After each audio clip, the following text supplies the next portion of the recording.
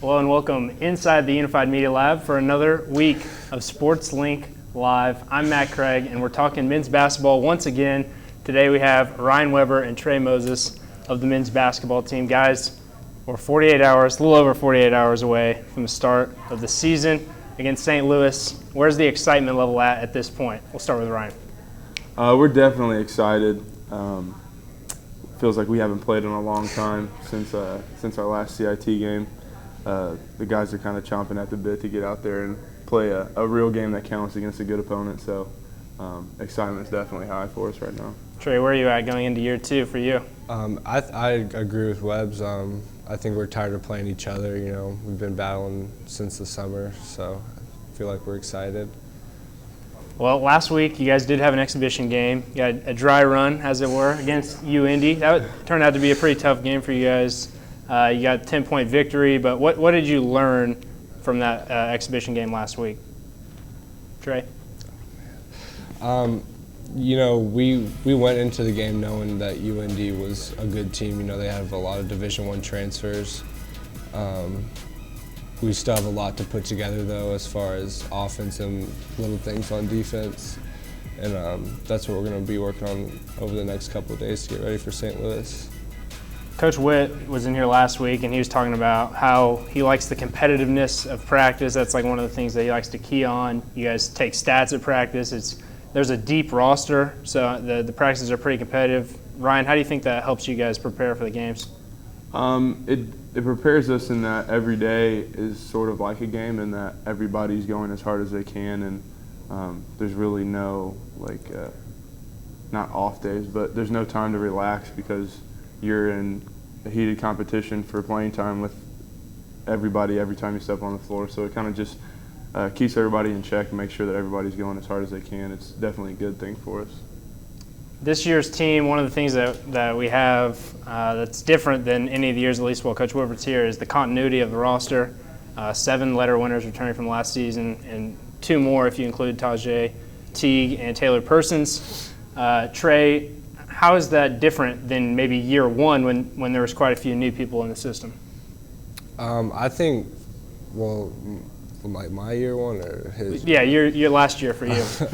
Well, last year, you know, we were kind of still young. You know, we had a lot of guys returning, but then you had like Webbs coming back from his year off. And then you had like Bo coming back, but you didn't know what you were going to get from him. And then, you know, Franco returning. And I think that this year is a lot different because we have so much experience returning. We lost 1 starter, and we have, you know, 10, 11 guys that could start any given night. So I think we're excited about that.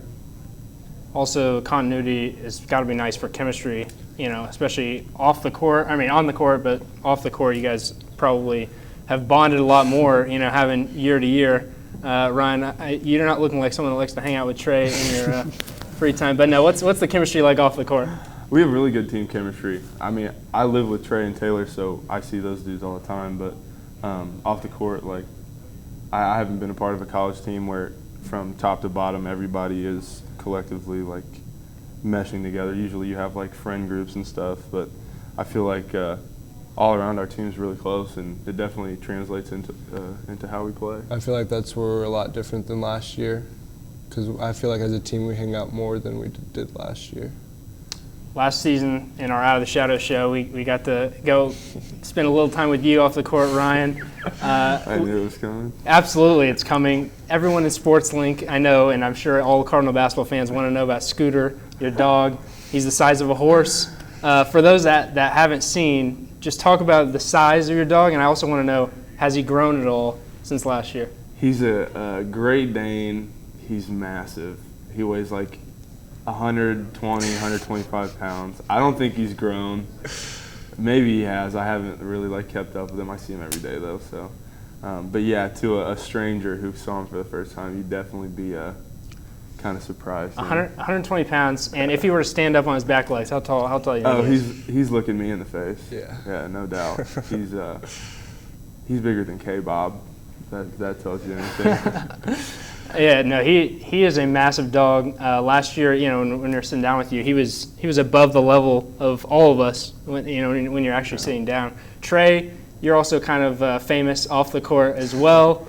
Last season, when we did the feature story on you, talking about your work with special needs kids, I mean, I would say people, at least at Ball State campus and maybe the Muncie area, know you as well for that as your basketball. What does that notoriety at least mean to you? I like to be known for my work with special needs more than I do basketball, just because I know at the end of the day my work with special needs will take me farther than basketball will ever take me. So I do a lot in the community with those with special needs and, working my different basketball camps and doing different stuff during the summer. So why special needs? I mean, for those that don't know, how did this start? What made this become such a passion of yours? It all started like my sophomore year in high school. There was a kid who was like a big high school basketball fan, and he has a special need, and he just was talking to me every day in the hallways, asked me about the season, and eventually we became like really good friends. And I got started with Unified Basketball, which is like incorporating those with special needs with those without. So I was like playing with them, and I met one of my good friends, Blake, who has Down syndrome. And ever since then, I've just been really passionate about it. Another big change for you coming in last year, not most, but one staple of Coach Whitford has been he's like the redshirt of the freshman. Mm-hmm. But he said during media day that he always gives the choice to the player. You decided not to redshirt, and you ended up having a great freshman year. What went into that decision for you? Coming in to my first year, I wanted to play. I didn't want to sit out, and I was going to do whatever it took. And they wanted me to lose the weight, lose the body fat, and I knew what I had to do, so I did it. Yeah, we had a chance to go to one of your high school games. Some of the SportsLink guys, you were totally transformed by the time I saw you on campus. Yeah. Talk about the specifics. What was the transformation for you in your body? I lost 30 pounds and 10% body fat. It was all about my diet. And my work ethic. I've always worked hard, but I never really lifted in high school. So getting into the weight room was big for me.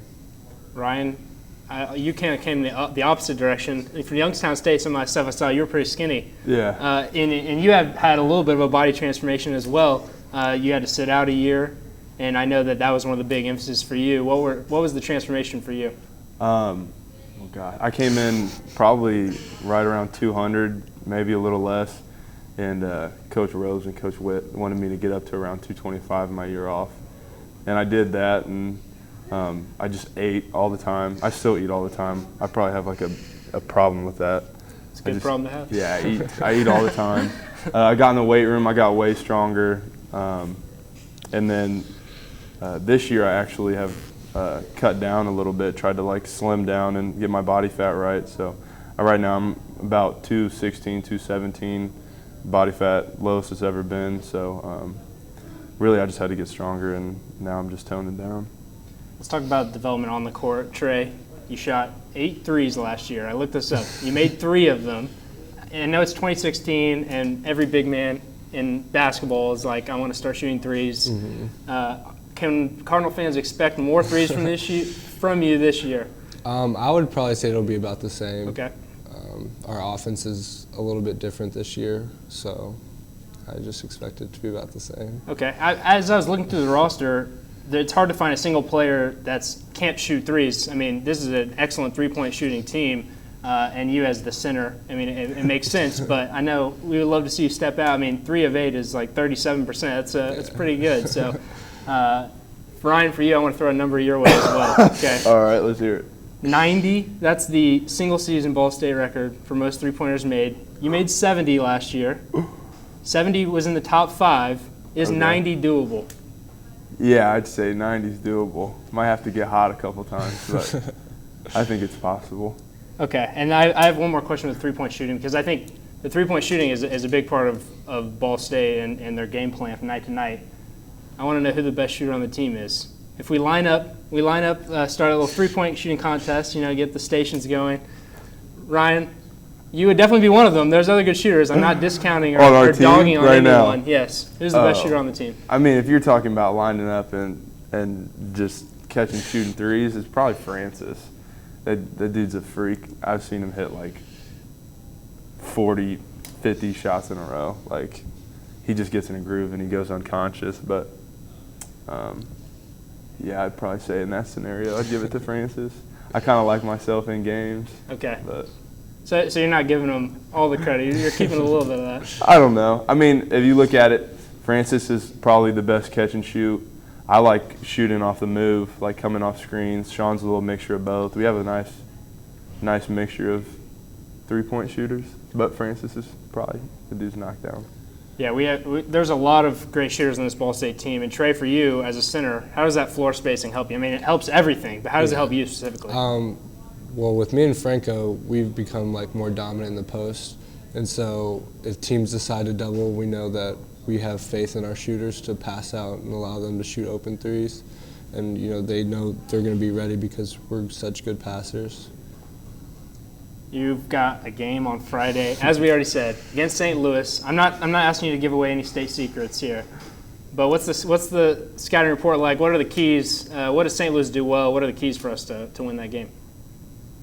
You want me to take this one? Yeah, Ryan, first. Well, I want to hear from both of you. Right now, we really don't know too much. They have a new coach in Travis Ford, came from Oklahoma State.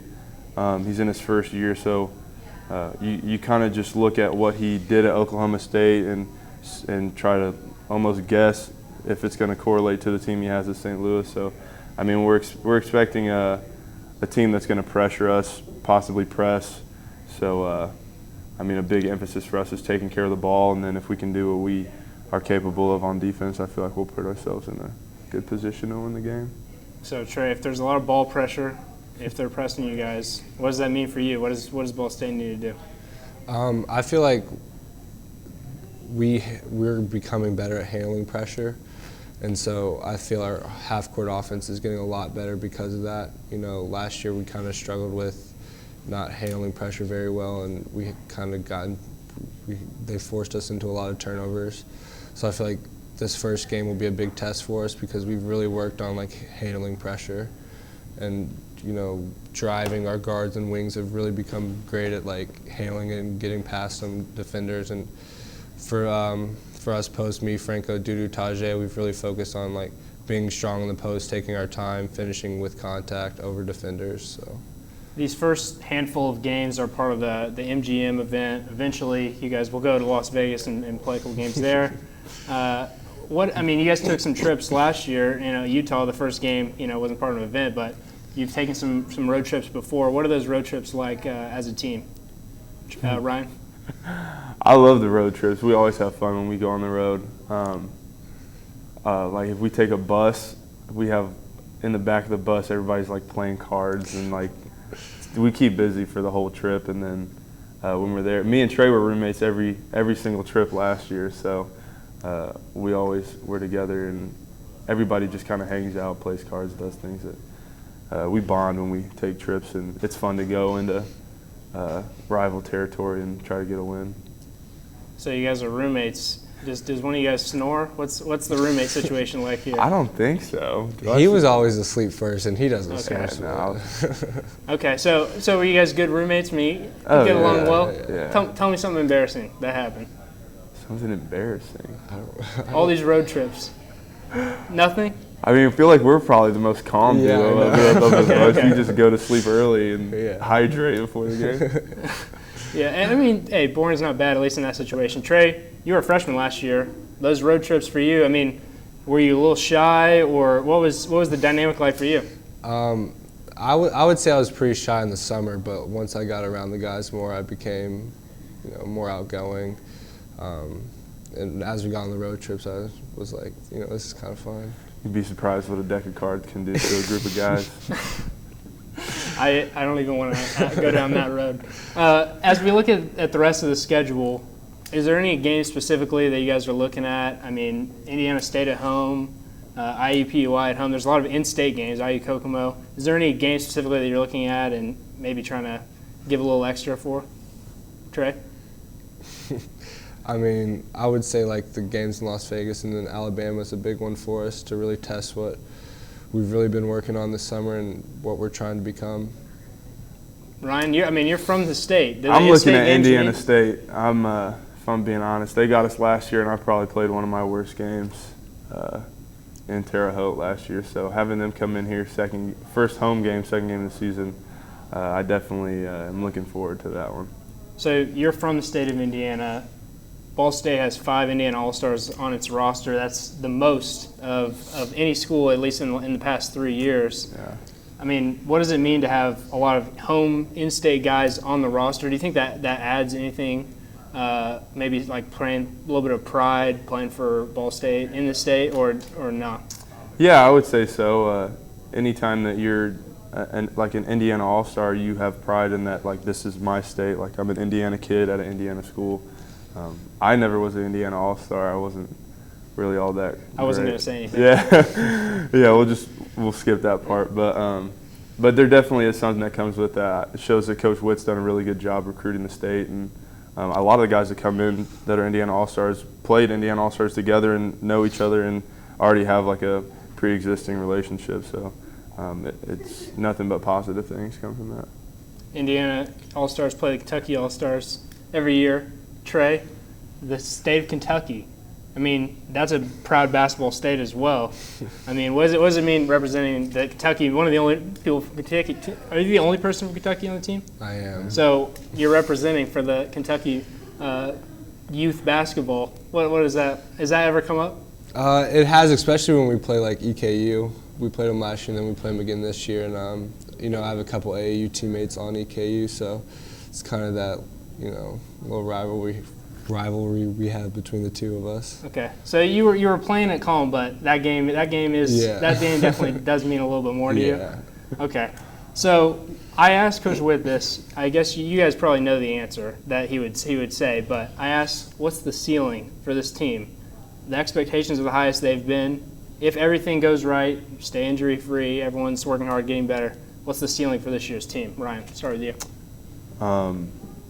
I mean, I feel like we can't even really grasp what our ceiling is at this point. I feel like I know Coach Witt probably talked about the process. He absolutely did. That acknowledged.